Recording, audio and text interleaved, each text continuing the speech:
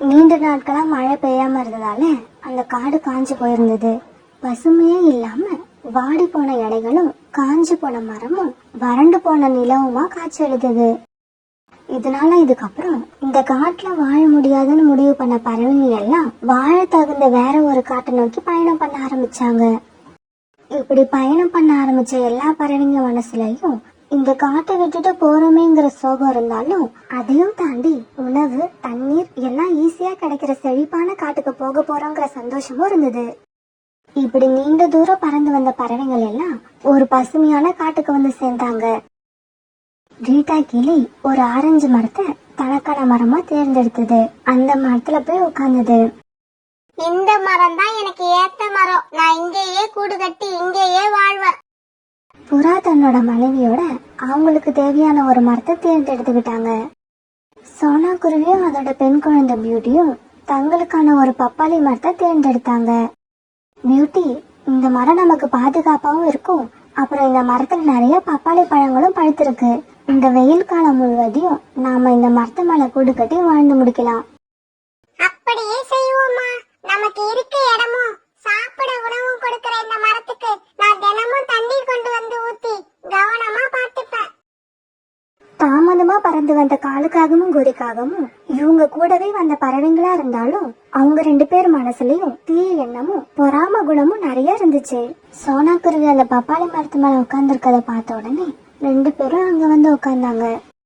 காலுஜி, எனக்கு இந்த பப்பாளி மரம் தான் பிடிச்சிருக்கு, நாம இங்கேயே தங்கிடுவோம். கோரி அக்கா, நாங்க இந்த மரத்துல ஏற்கனவே வந்து உட்கார்ந்துருக்கோம். அதுவும் இல்லாம இந்த மரத்துல கூடு கட்டி தங்கறதா முடிவும் பண்ணிட்டோம். அதனால நீங்க வேற மரம் எதையாவது பாத்துக்கோங்க. சோனா, உனக்கு எங்களை பத்தி நல்லா தெரியும். எதுவும் பேசாம இந்த இடத்த காலி பண்ணிட்டு போயிடு. ஏதாவது பேசிக்கிட்டு இருந்தன்னு வச்சுக்க, அப்புறம் நீயும் உன் பொண்ணும் உடம்புல காயத்தோட தான் இந்த இடத்த விட்டு போவீங்க. அந்த காகங்களை எதிர்த்து நம்மளால ஒண்ணும் பண்ண முடியாதுன்னு சோனா குருவிக்கு நல்லா தெரியும். அதனால தான் பொண்ணு பியூட்டிய கூட்டிக்கிட்டு தான் ஆசையா உட்கார்ந்துருந்த அந்த பப்பாளி மரத்தை விட்டுட்டு வேற மரம் தேடி பறந்து வந்துருச்சு. இப்படி பறந்து போன சோனா குருவி ஒரு மாமரத்துல போய் உட்கார்ந்தது. அந்த மரத்துல பூவோ காயோ இல்ல பழமோ இப்படி எதுவுமே இல்ல. அந்த மரம் கொஞ்சம் வாடியும் போயிருந்தது. அம்மா, என்னம்மா இந்த மரத்துல வந்து உட்கார்ந்துட்டீங்க? இந்த மரம் பசுமையாவே இல்ல, வாடி போய் கிடக்கு. பியூட்டி, இப்படி வாடி போய் இருக்கிற இந்த மரத்தை நாம கொஞ்சம் கவனிச்சு செய்ய வேண்டியதை செஞ்சோம்னா இந்த மரமும் மற்ற மரங்கள் மாதிரி பசுமையா மாறிடும். பிறகு எல்லா பறவைகளுமே தங்களுக்கு பிடிச்ச மரத்துல தங்களோட கூட்டை கட்டி அதுல வாழ ஆரம்பிச்சாங்க.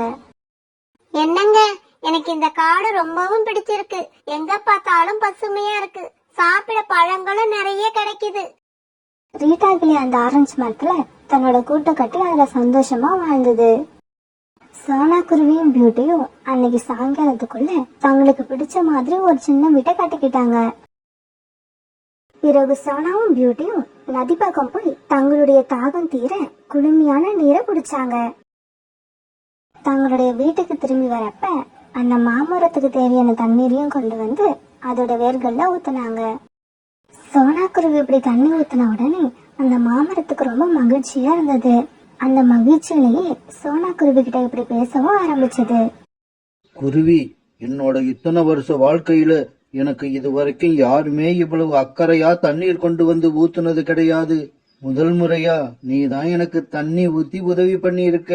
எனக்கு உதவி பண்ணின உனக்கு கூடிய சீக்கிரம் நானும் உதவி பண்ணுவேன். இப்படியே சில நாட்கள் நகர்ந்துச்சு. இப்படி கொஞ்ச நாட்கள் போனதுக்கு அப்புறம் சோனா குருவி குடியிருந்த அந்த மாமரமும் பசுமையா மாறிச்சு. மாங்காய்களும் காய்க்க ஆரம்பிச்சது.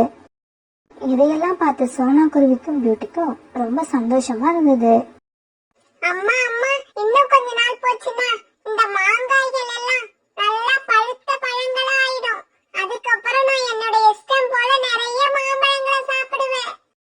சோனா குருவியும் பியூட்டியும் இங்க இப்படி சந்தோஷப்பட்டுக்கிட்டு இருந்த அதே நேரத்துல காகங்கள் குடியிருந்த அந்த பப்பாளி மரத்துல உள்ள பழங்கள் எல்லாம் காகங்கள் 2 பேரும் தினமும் ஒவ்வொரு பழமா தின்னு தீர்த்துட்டாங்க. அதனால இப்ப அந்த காகங்களோட பார்வை சோனா குருவி குடியிருந்த அந்த மாமரத்து மேல விழுந்தது. காலுஜி, சோனா குருவி குடியிருக்கிற அந்த மாமரத்தை இப்ப பாத்தீங்களா? ரொம்பவும் பசுமையா மாறி இருக்கு. அது மட்டும் இல்ல, அதுல மாங்காய்களும் காய்க்க ஆரம்பிச்சிடுச்சு. இன்னும் கொஞ்ச நாளையில அந்த மாங்காய்கள் எல்லாம் இனிப்பான பழங்களாகவும் மாறிடும். பார்த்தேன் கோரி, நானும் அந்த மாமரத்தை பார்த்தேன். இருந்தாலும் நாம என்ன பண்ண முடியும்? அந்த சோனாவும் அதோட பொண்ணு பியூட்டியும் தினமும் அந்த மரத்துக்கு நதியில இருந்து தண்ணீர் கொண்டு வந்து ஊத்துனாங்க. அதுக்கான பலனை இன்னும் கொஞ்ச நாள்ல அனுபவிக்க போறாங்க. உங்களை மாதிரி என்னால அவ்வளவு ஈஸியா இதை எடுத்துக்க முடியாது. அந்த மரத்துக்கு சேவை செஞ்சது சோனா குருவி. இருந்தாலும் அதுக்கான பலனை நாம தான் அனுபவிக்கணும். வாங்க இப்பவே போய் சோனா குருவி அந்த மரத்துல இருந்து காலி பண்ணுவோம். கோரி, ஏற்கனவே நாம சோனா குருவியை இந்த பப்பாளி மரத்துல இருந்து காலி பண்ண விஷயம் எல்லா பறவைகளுக்கும் தெரியும். இப்ப நாம போய் அந்த மாமரத்துல இருந்தும் சோனா குருவியை காலி பண்ண சொன்னா எல்லா பறவைகளும் ஒண்ணு சேர்ந்துருவாங்க. நம்ம கிட்ட நியாயம் கேட்பாங்க. காலுஜி, இப்படி எல்லாம் நம்ம பயந்துகிட்டு இருந்தா நம்மளோட வயிறு நிறையாது. வாங்க இப்பவே சோனா குருவி குடியிருக்கிற மரத்துக்கு போவோம். வாங்க இப்பவே சோனா குருவி குடியிருக்கிற மரத்துக்கு போவோம். பிறகு காலுக்காகவும் கோரிக்காகவும் சோனா குருவி குடியிருக்கிற அந்த மாமரத்துக்கு போறாங்க. கோரி அக்கா, எதுக்காக நீங்க 2 பேரும் இப்ப இங்க வந்திருக்கீங்க? சோனா, நீ உன் மனசுல என்னதான் நினைச்சிட்டு இருக்க? இந்த மரத்துல நீ வந்து வீடு கட்டினா இந்த மரம் உன்னோட மரமா ஆயிடுமா? போன வருஷம் வெயில் காலம் வந்தப்ப நானும் காலுஜி இந்த மரத்துலதான் வந்து கூடு கட்டி வாழ்ந்தோம். கோரி இப்படி பேச ஆரம்பிச்ச உடனே காகங்களுடைய எண்ணத்தை புரிஞ்சுக்கிட்ட பியூட்டி இந்த மாதிரி பேச ஆரம்பிச்சது. கோரி ஆண்டி, நாங்க ரொம்ப கஷ்டப்பட்டு காஞ்சி போயிருந்த மரத்தை அதுல தண்ணி கொண்டு வந்து ஊத்தி எவ்வளவு பசுமையா மாத்திருக்கோம். அதனால நீங்க இப்ப வந்து இந்த மரத்துக்கு உரிமை கொண்டாடுறது எங்களால ஒத்துக்க முடியாது. பியூட்டி, எல்லா விஷயங்களையும் உனக்கு சொல்லி தந்த உன்னோட அம்மா பெரியவங்க பேசுறப்ப சின்ன குழந்தைங்க குறுக்க பேசக்கூடாதுன்னு சொல்லி தரல? இங்க பாருங்க கோரி அக்கா, எது எப்படியானாலும் சரி, இந்த மரத்துல நாங்க இப்ப வீடு கட்டி இருக்கோம். அதுவும் இல்லாம ரொம்பவும் கஷ்டப்பட்டு இந்த மரத்தை பசுமையா மாத்தி இருக்கோம். அதனால இந்த மரத்தை வேற யாருக்கும் நாங்க விட்டு கொடுக்கவே மாட்டோம். காகங்களும் சோனா குருவி குடும்பமும் இப்படி பேசிக்கிறத பார்த்த எல்லா பறவைங்களும் இப்ப இங்க வந்து சேர்ந்தாங்க. எல்லா பறவைங்களும் வந்து சேர்ந்ததை பார்த்த காலுக்காகவும் கோரிக்காகத்தோட காதுல இப்படி சொல்லுச்சு. கோரி, நான் நினைச்ச மாதிரியே எல்லா பறவைகளும் வந்துட்டாங்க. இதுக்கப்புறம் நாம என்ன பேசினாலும் எடுபடாது. சோனா குருவிக்கும் தைரியம் அதிகமாயிடும். அதனால இப்ப நாம இந்த இடத்த விட்டு கிளம்புறது தான் நல்லது. சோனா, வாய்க்கு வாய் நியாயத்தை பத்தி பேசுற நீ. நாங்க 1 வருஷத்துக்கு முன்னாடி குடியிருந்த மரத்தை இப்படி அநியாயமா எங்க கிட்ட இருந்து எடுத்துக்கிட்ட. இதுக்கான தண்டனைய நீ கூடிய சீக்கிரம் அனுபவிப்ப. இப்படி சொன்ன கோரிக்காகவும் பிறகு காலுக்காகத்தை அழைச்சுக்கிட்டு அந்த இடத்த விட்டு பறந்து போயிடுச்சு. தன்னோட கூட்டுக்கு போன கோரிக்காகவும் சோனா குருவி மேல ரொம்பவும் கோபத்துல இருந்தது. பொறாம அது மனசுல கொழுந்து விட்ட தீயா எரிய ஆரம்பிச்சது. பிறகு ராத்திரி ஆச்சு. காலுஜி, அந்த மரத்துல இருக்கிற மாங்காய்கள் எல்லாம் பழுத்து மாம்பழங்களா ஆனதுக்கு அப்புறம் அதை நாம தான் சாப்பிடணும். ஒருவேளை நமக்கு அது கிடைக்கலன்னா வேற யாருக்குமே கிடைக்க விடாம பண்ணணும். அதுக்கு என்ன பண்ணலாம்னு சொல்லுங்க. கோரி, அது ரொம்ப ஈஸியான வேலைதான். வா, இப்பவே கிளம்புவோம். போய் அந்த மரத்துல உள்ள எல்லா மாங்காய்களையும் பறிச்சு கீழே போட்டுட்டு வந்துருவோம். அதுக்கப்புறம் அந்த சோனா குருவியும் அதோட பொண்ணும் அந்த மாங்காய்களை உருட்டி விட்டு பால் தான் விளையாடலாம். வேற எதுக்கும் உதவாது. காலுஜி, நீங்க சில சமயத்துல சோனா குருவி பக்கம் பேசினாலும் நான் ரொம்ப கோவப்பட்டு இருக்கிறப்ப என் பக்கம் வந்துடுறீங்க. உங்ககிட்ட எனக்கு ரொம்ப பிடிச்சதே இந்த விஷயம்தான். வாங்க இப்பவே போய் அந்த மாங்காய்களை எல்லாம் பறிச்சு கீழே போடுவோம். அந்த ராத்திரி ரொம்பவும் இருட்டா இருந்தது. எல்லா பறவைகளும் தூங்கிட்டு இருக்க நேரம் அது. அந்த நேரத்துல காலுக்காகவும் கோரிக்காகவும் தங்களுடைய வீட்டை விட்டு கிளம்பி சோனா குருவியோட வீடு இருக்கிற மரத்துக்கு வந்தாங்க. சோனா குருவி இருக்கிற மாமரத்துல உள்ள எல்லா மாங்காய்களையும் பறிச்சு கீழே போட ஆரம்பிச்சாங்க. பிறகு கொஞ்ச நேரம் கழிச்சு அந்த மரத்துல இருந்த மாங்காய்கள் எல்லாம் கீழே விழுந்து கிடந்தது. அந்த மரத்துல இப்ப ஒரு மாங்காய் கூட இல்ல. அந்த மரத்துல ஒரு மாங்காய் கூட இல்லங்கிறத தெரிஞ்சுக்கிட்ட கோரிக்காகவும் பிறகு காலுக்காக தழைச்சுக்கிட்டு அந்த இடத்த விட்டு தன்னுடைய கூட்டுக்கு பறந்து போயிடுச்சு. மறுநாள் பொழுது விடிஞ்சிச்சு. வீட்டை விட்டு வெளியே வந்து பார்த்த சோனா குருவி எல்லா மாங்காய்களும் கீழே கொட்டி கிடக்கிறத பார்த்துட்டு அழ ஆரம்பிச்சது. அம்மா அழுத சத்தத்தை கேட்ட பியூட்டியும் இப்ப வெளியில வந்து பார்த்துட்டு அதுவும் அழ ஆரம்பிச்சது. அம்மா, இந்த மாங்காய்கள் எல்லாம் எதனால கீழே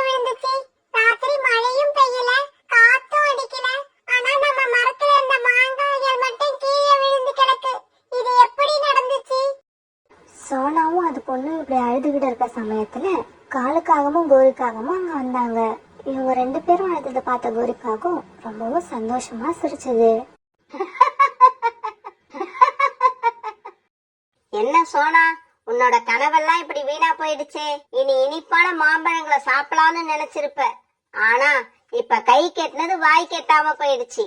சோனா, மாம்பழங்களை எல்லாம் சாப்பிடணும்னா அதுக்கு ஒரு தகுதி வேணும். அந்த தகுதி எங்க கிட்ட தான் இருக்கு. இப்படி சொல்லிட்டு பிறகு காலுக்காகவும் கோரிக்காகவும் அங்க இருந்து பறந்து போனாங்க. பியூட்டி, அழாத. இது அழுவுறதுக்கான நேரம் இல்ல, நம்மளோட புத்திசாலித்தனத்தை காட்ட வேண்டிய நேரம். நீ சீக்கிரமா போய் உன்னோட பாட்டியை அழைச்சிட்டு வா. எதுக்குமா இந்த நேரத்துல பாட்டியை அழைச்சிட்டு வர சொல்றீங்க?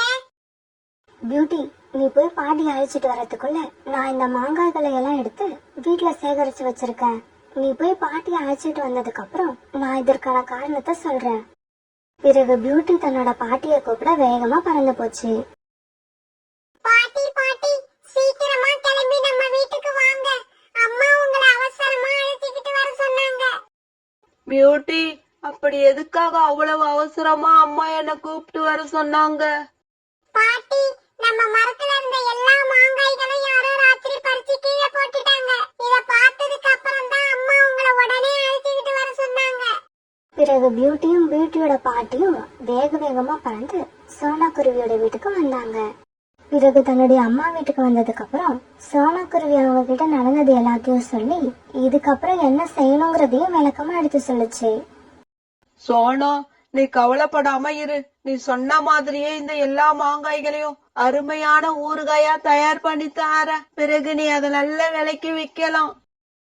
பிறகு சோனா குருவியோட அம்மா தான் சொன்ன மாதிரியே எல்லா மாங்காய்களையும் வெட்டி சுவையான ஊறுகாய் தயார் பண்ணாங்க.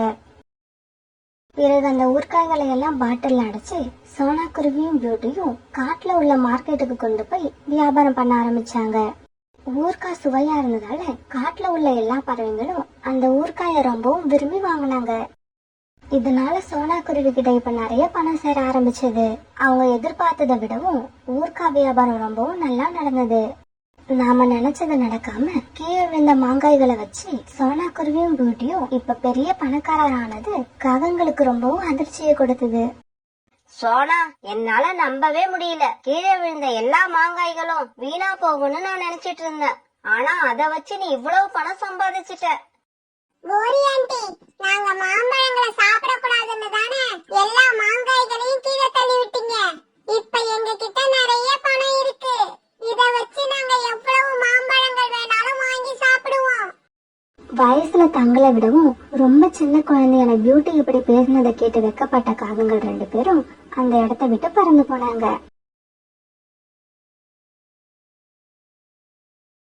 ஒரு நாள் தங்களோட வீட்டுல படுத்து தூங்கிக்கிட்டு இருந்தாங்க. அந்த சமயம் கோரிக்காகத்தோட அம்மா காலுக்காகத்தோட வீட்டுக்கு வந்தாங்க. கோரி கோரி, என்னடி விடிஞ்சு இவ்வளவு நேரம் ஆகுது, இன்னும் தூங்கிக்கிட்டு இருக்க? அம்மா குரல கேட்ட கோரிக்காக உடனே எந்திரிச்சு உட்காருது. அம்மா, வாங்கம்மா. என்ன திடீர்னு வந்திருக்கீங்க? காளிஜி, சீக்கிரம் எழுந்திருங்க. எங்க அம்மா வந்திருக்காங்க பாருங்க. அவங்கள வாங்கன்னு கூப்பிடுங்க. வாங்கன்னு கூப்பிடலன்னா திரும்பி போயிடவா போறாங்க? அத்தை, என்ன இப்படி திடீர்னு வந்து நிக்கிறீங்க? நீங்க ரொம்ப அவசரமா வந்ததை பார்த்தா யாருக்கோ நேரம் சரியில்லைன்னு நினைக்கிறேன். என்னடி கோரி இது, மாப்பிள்ளை இப்படி பேசுறாரு? கல்யாணம் ஆன புதுசுல எப்படி இருந்தாரோ அப்படியே தான் இருக்காரு, கொஞ்சம் கூட மாறல. அம்மா, அவரு கிடக்குறாரு, விடுங்கம்மா. நீங்க ஏன் இப்படி ரொம்ப டல்லா இருக்கீங்க? உங்க உடம்புக்கு என்னாச்சு? கோரி, அத பத்தி பேசறதுக்காக தான் நான் இவ்வளவு அவசரமா வந்திருக்கேன். நேத்து நான் என்னோட உடம்ப பருந்து டாக்டர் கிட்ட போய் செக் பண்ணேன். என்னோட உடம்பு ரொம்ப வீக்கா இருக்கான். பார்த்தா அப்படி தெரியலையே. மாப்பிள்ள, குறுக்க பேசாதீங்க. என்னோட உடம்பு பழையபடி ஆகணும்னா நிறைய மாத்திரை மருந்தெல்லாம் சாப்பிடணுமா. அதுக்கெல்லாம் நிறைய பணம் செலவாகும் போல இருக்கு. அதனால நான் நம்ம வீட்டுக்கு பக்கத்துல இருக்கிற நாட்டு வைத்தியரை போய் பார்த்தேன். அவர் என்ன சொன்னாருமா? பிறந்து 1 வருஷம் ஆன குழந்தை பறவைகளை பிடிச்சு சூப் வச்சு குடிச்சா போன தெம்பு ஒரே நாள்ல வந்துரும்னு சொல்றாரு. காளிஜி, என்ன பேசாம இருக்கீங்க? அம்மா சொல்றத காதுல வாங்குனீங்களா? உங்களுக்கு தெரிஞ்சு அப்படி ஏதாவது குழந்தைங்க நம்ம காட்டுல இருக்கா? இங்க பாரு கோரி, இந்த மாதிரி வேலையெல்லாம் என்னால பார்க்க முடியாது. எந்த பொருளையாவது யார் வீட்லயாவது போய் திருட சொல்றீங்களா, அதை செய்வேன். ஆனா அடுத்தவங்க குழந்தைங்களை என்னால கொல்ல முடியாது. நான் செய்வேன். எங்க அம்மாவுக்காக நான் எதையும் செய்வேன்.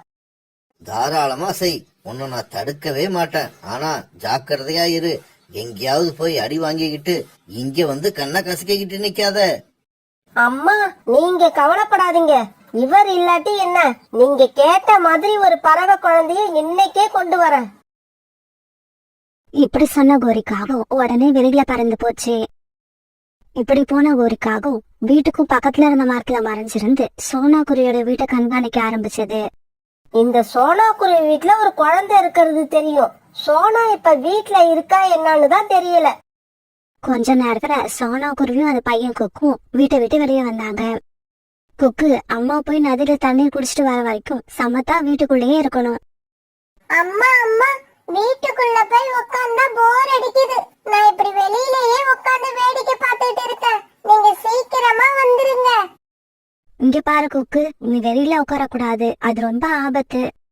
இவங்க இப்படி பேசிக்கிட்டு இருக்க சமயத்துல புறா அங்க வந்தது. என்ன சோனா, அம்மாவும் பையனும் என்ன பேசிக்கிட்டு இருக்கீங்க? நான் போய் தண்ணி குடிச்சிட்டு வர வரைக்கும் வீட்டுக்குள்ள போய் உட்காருன்னு சொன்னேன். இவன் என்னடானா வெளியில தான் உட்காருவேன்னு அடம் பிடிக்கிறான். இதுதான் பிரச்சனையா? நீ போய் தண்ணி குடிச்சிட்டு வா, நான் அது வரைக்கும் குக்கு குடைக்க உட்கார்ந்துருக்கேன். சே, இந்த புறா ஒரு 5 நிமிஷம் லேட்டா வந்திருக்க கூடாது. என்னோட வேலை ஈஸியா முடிஞ்சிருக்கும். இந்த புறாவால நமக்கு எப்பவுமே தொல்லைதான். இப்படி தனக்கு தானே பேசிக்கிட்ட கோரிக்காவும் பிறகு அங்க வந்து பறந்து போச்சு. பாரு மிட்டு, நீ வீட்லயே பத்திரமா இரு. அம்மா போய் ஏதாவது சாப்பிட பழம் கிடைக்குதான்னு பாத்துட்டு வரேன். அம்மா அம்மா, சீக்கிரமா வாங்க, எனக்கு ரொம்ப பசிக்குது. பிறகு ரீட்டா கிளி வீட்டை விட்டு வெளியே பறந்து போச்சு. ரீட்டா கிளி வீட்டுக்கு பக்கத்துல மறைஞ்சிருந்த கோரிக்காகும் ரீட்டா கிளி வீட்டை விட்டு வெளியே போறத பார்த்துட்டு சந்தோஷமாயிடுச்சு. உடனே கோரிக்காவை ரீட்டா கிளி வீட்டு ஜன்னல் பக்கம் போச்சு. மிட்டு, உங்க அம்மா எங்க? சீக்கிரமா வந்து கதவை திறக்க சொல்லு. ஆண்டி, எங்க அம்மா சாப்பிட பழம் கிடைக்குதான்னு பார்க்க போயிருக்காங்க. அப்படியா? ஐயோ, இப்ப என்ன பண்றது? உன்னையும் உங்க அம்மாவையும் அழைச்சுக்கிட்டு போய் குல்ஃபி ஐஸ் வாங்கி தரலான்னு நினைச்சேன். இந்த சமயத்துல உங்க அம்மா வீட்ல இல்ல. ஆண்டி ஆண்டி, அம்மா வீட்ல இல்லன்னா என்ன, நான் இருக்கேன்ல, எனக்கு வாங்கி கொடுங்க. அப்ப ஒண்ணு பண்ணு, நீ என் கூட வந்து உங்க அம்மாவுக்கும் சேர்த்து 2 குல்ஃபி ஐஸ் வாங்கிட்டு வந்துரு. சரிங்க ஆண்டி, அப்படியே பண்றேன். இப்படி சொன்ன மிட்டு வாசல் கதவை திறந்துகிட்டு வீட்டை விட்டு வெளியே போனான். இப்படி வெளியில வந்த மிட்டுவை கூப்பிட்டுக்கிட்டு கோரிக்காவை ரொம்ப சந்தோஷமா தன்னோட வீட்டை நோக்கி பறக்க ஆரம்பிச்சது. இங்க பாரு மிட்டு, அங்க வந்து என்கிட்ட நிறைய குல்ஃபி ஐஸ் கேட்க கூடாது. நான் 2 தான் வாங்கி தருவேன். நீங்க 2 ஐஸ் வாங்கி கொடுங்க ஆண்டி, எனக்கு அது போதும். நானும் எங்க அம்மாவும் ஆளுக்கு ஒண்ணா சாப்பிடுவோம். கோரிக்காவும் மிட்டுவும் இப்படி பேசிக்கிட்டு போறத சோனா குருவி வீட்டு வாசல்ல உட்கார்ந்திருந்த புறா பாத்துருச்சு. மிட்டு எதுக்காக கோரிக்காக்கும் கூட பறந்து போறான்? புறா இப்படி யோசிச்சுக்கிட்டு இருக்கப்ப சோனா குருவியும் நதியில தண்ணீர் குடிச்சிட்டு வீட்டுக்கு திரும்பி வந்துடுச்சு.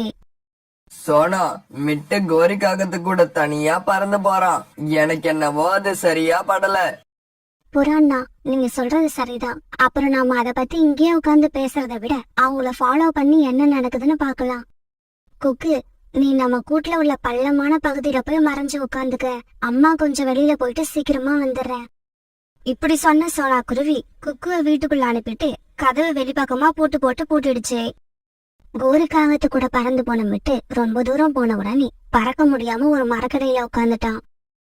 ஆண்டி, இதுக்கு மேல என்னால பறக்க முடியாது. நான் ரொம்ப களைச்சு போயிட்டேன்.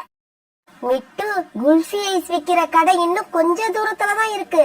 உன்னால முடியலன்னா சொல்லு, நான் உன்னை தூக்கிக்கிட்டு போறேன். இந்த சமயத்துல புறாவும் சோனா குருவியும் அந்த இடத்துக்கு வந்துட்டாங்க. கோரி, நீ மிட்டுவை கூப்பிட்டுக்கிட்டு எங்க போய்கிட்டு இருக்க?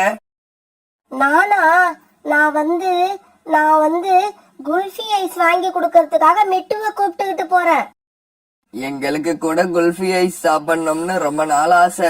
சரி வா, நாங்களும் உங்க கூட வரோம். இங்க பாருங்க, உங்களுக்கெல்லாம் வாங்கி கொடுக்க என்கிட்ட காசு கிடையாது. காசு எங்க கிட்ட இருக்கு, நீங்க கடையை மட்டும் காட்டுங்க, குல்ஃபி ஐஸ நாங்களே வாங்கிக்கிறோம். ஐயோ, மணி ஆயிடுச்சு. இந்நேரம் குல்ஃபி ஐஸ் விக்கிற கடையை மூடி இருப்பாங்க. மிட்டு, நீ இவங்க கூட வீட்டுக்கு போயிடு. நான் இன்னொரு நாளைக்கு உனக்கு குல்ஃபி ஐஸ் வாங்கி தரேன். இப்படி சொன்ன கோரிக்காவும் உடனே அந்த இடத்த விட்டு பறந்து போயிடுச்சு. புறாண்ணா, இந்த கோரி அக்கா ஏதோ தப்பா பிளான் பண்ணிருக்காங்க. அதனாலதான் நம்ம கிட்ட இருந்து எஸ்கேப் வாங்கி ஓடுறாங்க. உங்களை இங்க யாரு வர சொன்னது? என்ன கோரி ஆண்டி தூக்கிட்டு போய் ஐஸ்கிரீம் வாங்கி கொடுக்கறேன்னு சொன்னாங்க. நீங்க வந்ததால எல்லாம் கெட்டு போச்சு. இங்க பாருமிட்டு, நான் சொல்றது கேளு. இந்த கோரி ஆண்டி ரொம்பவும் கெட்டவங்க. அவங்க கூட இனிமே இந்த மாதிரி தனியா நீ எங்கேயும் வரக்கூடாது. பிறகு மிட்டுவை தூக்கிட்டு சோனா குருவியும் புறாவும் ரீட்டா கிளி வீட்டுக்கு பறந்து போனாங்க. சோனா, புறா, நீங்க 2 பேரும் சரியான சமயத்துல மிட்டுவா பாக்கலன்னா அவனுக்கு கண்டிப்பா ஏதாவது ஆபத்து வந்திருக்கும். அம்மா அம்மா, கோரி ஆண்டி எனக்கு இந்நேரம் குல்ஃபி ஐஸ் வாங்கி கொடுத்திருப்பாங்க. இவங்க 2 பேரும் வந்து காரியத்தையே கெடுத்துட்டாங்க. இங்க பாரு மிட்டு, அம்மா அப்பா வீட்ல இல்லாதப்ப நீ யார் கூடயாவது வீட்டை விட்டு வெளியே போன காலை உடைச்சிடுவேன். ஜாக்கிரதை. அம்மாவுக்கு இப்ப நான் வீட்டுக்கு போய் என்ன பதில் சொல்றது? வெறும் கையோட போனா அம்மா என்ன ரொம்ப கேவலமா நினைச்சிருவாங்க.